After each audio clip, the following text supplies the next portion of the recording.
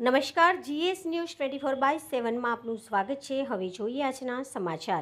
ધોળકા ભાજપ કાર્યાલયમાં ધોળકા વિધાનસભા હોદ્દેદારોની સમીક્ષા બેઠક।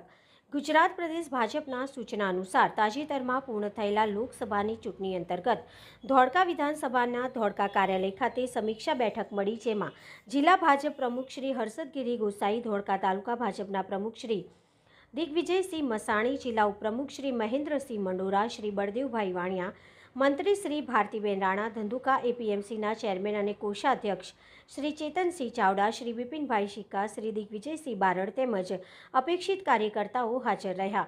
Reporter Yasin Mansuri, Gujarat CQ news, Dholka.